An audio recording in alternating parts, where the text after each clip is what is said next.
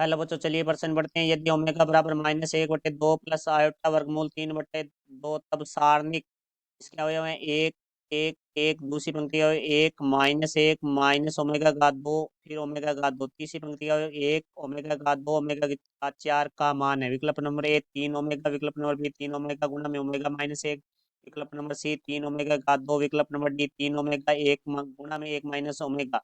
मुख्य अवधारणा, तो हमारा जो प्रश्न है वो सहमिश्र संख्या से संबंधित है। तो देखो, जिसके अंदर हम बात करेंगे, हमारे पास जो ओमेगा घात 3 होता है उसका मान है वो हमारे पास एक होता है। एक प्लस ओमेगा की घात 2 का मान है वो हमारे पास 0 होता है।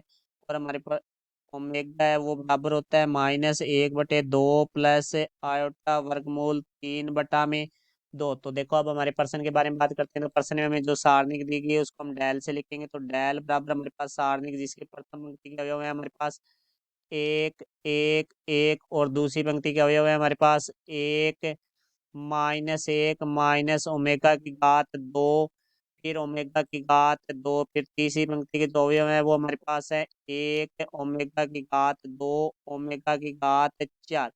तो देखो, यहाँ से हम इसके अंदर संक्रिया लगाएंगे। तो संक्रिया में हम R1 को परिवर्तित करेंगे, R1 माइनस R2। तो यहाँ से देखो, डेल बराबर हमारे पास आ जाएगा 1 - 1, क्योंकि R1 माइनस R2 करेंगे तो 1 - 1 शून्य हो जाएगा। एक माइनस से इसको गुणा करेंगे तो माइनस और माइनस ये प्लस हो जाएंगे। तो हमारे पास आ जाएगा +1 प्लस ओमेगा की घात 2। फिर हमारे पास आ जाएगा 1 माइनस ओमेगा की घात 2। फिर यहाँ 1 माइनस ओमेगा की घात 2। यहाँ हमारे पास आ जाएगा ओमेगा की घात 2। फिर यहाँ से देखो भाई, हमारे पास आ जाएगा एक ओमेगा की घात 2 ओमेगा की घात 4 है। तो यहाँ लिख देंगे हम। तो देखो भाई, हमारे पास ये सारणी आ चुकी है। अब हम दूसरी पंक्ति के अवयव में पहला अवयव है वो शून्य करते हैं, क्योंकि हमारा जिसके पास प्रसार है वो करना आसान हो जाता है। तो यहाँ से देखो, हम R2 को परिवर्तित करेंगे, R2 माइनस R3। तो यहाँ से देखो भाई, डेल बराबर हमारे पास आ जाएगा प्रथम पंक्ति के अवयव तो सेम आएंगे। तो शून्य एक और एक दो हो जाएगा। तो 2 प्लस ओमेगा का 2 फिर 1 माइनस ओमेगा का 2।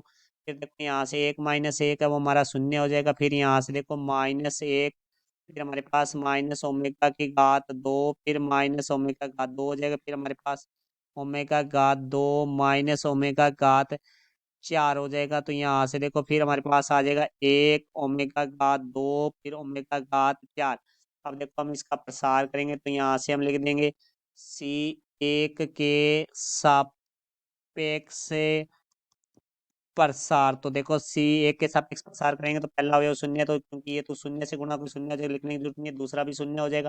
तो तीसरा हमारे पास बच जाएगा। तो यहाँ से देखो भाई, हमारे पास आ जाएगा शून्य -0 प्लस 1 गुणा में। अब देखो, हमारे जिसमें पंक्ति अवस्था में एक आ रहा है उसको छोड़कर शेष अवयवों को सारणी के रूप में लिखेंगे तो हमारे पास आ जाएगा 2 प्लस ओमेगा की घात 2। फिर हमारे पास आ जाएगा 1 माइनस ओमेगा की घात 2।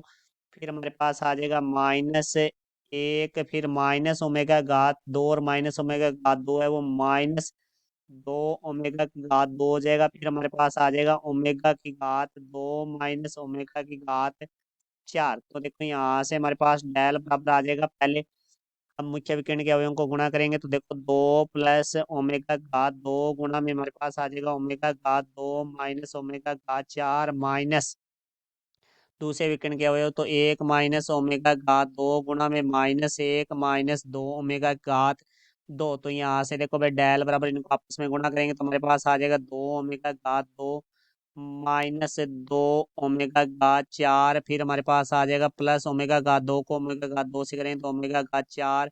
फिर यहाँ प्लस माइनस माइनस ओमेगा घात 2 को ओमेगा घात 4 से करेंगे तो ओमेगा घात 6। तो यहाँ से देखो, फिर माइनस इनको अंदर गुणा करेंगे, एक को -1 से करेंगे -1, फिर एक को -2 ओमेगा 2 -2 ओमेगा घात 2। फिर माइनस और माइनस प्लस ओमेगा घात 2 माइनस और माइनस प्लस 2 ओमेगा घात 2 को ओमेगा घात 2 से करेंगे तो यहाँ आ जाएगा ओमेगा घात 4। तो यहाँ से देखो भाई, हमारे पास आ जाएगा डेल बराबर 2 ओमेगा की घात 2 माइनस 2 ओमेगा घात 4 प्लस ओमेगा घात 4 है। तो यहाँ से आ जाएगा हमारे पास माइनस ओमेगा घात 4 माइनस ओमेगा घात 6। इसको हम लिख सकते हैं ओमेगा घात 3 की घात 2, क्योंकि घात से घात गुणा होती है, 3 को 2 से गुणा करेंगे 6। माइनस के अंदर गुणा करेंगे तो माइनस और माइनस प्लस एक हो जाएगा। फिर हमारे पास देखो यहाँ से माइनस दो ओमेगा घात दो प्लस ओमेगा घात दो है तो माइनस ओमेगा घात दो हो जाएगा। माइनस ओमेगा घात दो को माइनस से गुणा करेंगे तो ये हो जाएगा प्लस ओमेगा घात दो। फिर हमारे पास प्लस माइनस माइनस दो ओमेगा घात यहाँ से आ जाएगा हमारे पास चार। तो अब देखो भाई यहाँ से इसको आगे हल करते हैं तो हमारे पास आ जाएगा डेल, यहाँ से देखो दो ओमेगा घात दो और ओमेगा घात दो है तो ये हो जाएगा तीन ओमेगा घात दो माइनस ओमेगा घात चार और माइनस दो ओमेगा घात चार को हमारे माइनस तीन ओमेगा घात चार है, इसको हम लिख सकते हैं ओमेगा घात तीन गुणा में ओमेगा, क्योंकि आधार समान है और संख्या गुणा में तो घातें जुड़ जाती है। तो ओमेगा घात तीन और एक है वो चार हो जाएगा माइनस ओमेगा घात तीन का मान हमने मुख्य उदाहरण में लिखा जो एक होता है तो एक की घात दो आ जाएगा प्लस हमारे पास आ जाएगा एक। तो यहाँ से डेल बराबर हमारे पास आ जाएगा तीन ओमेगा घात दो माइनस तीन, क्योंकि ओमेगा का घात तीन का मान एक होता है तो एक ओमेगा से गुणा करेंगे ओमेगा आ जाएगा माइनस एक प्लस एक। तो माइनस एक से प्लस एक है वो हमारा कट जाएगा। तो यहाँ से देखो भाई डेल बराबर हमारे पास तीन ओमेगा है वो हमारे पास उभयनिष्ठ आ जाएगा। तो यहाँ से आ जाएगा हमारे पास ओमेगा माइनस एक। तो हमारा उत्तर होगा तीन ओमेगा गुणा में ओमेगा माइनस एक, तो जो कि हमारा विकल्प नंबर बी है। तो हमारे प्रश्न का उत्तर है वो विकल्प नंबर बी होगा। ये हमारे प्रश्न का उत्तर हुआ। मैं आशा करता हूँ समझ आया होगा। धन्यवाद।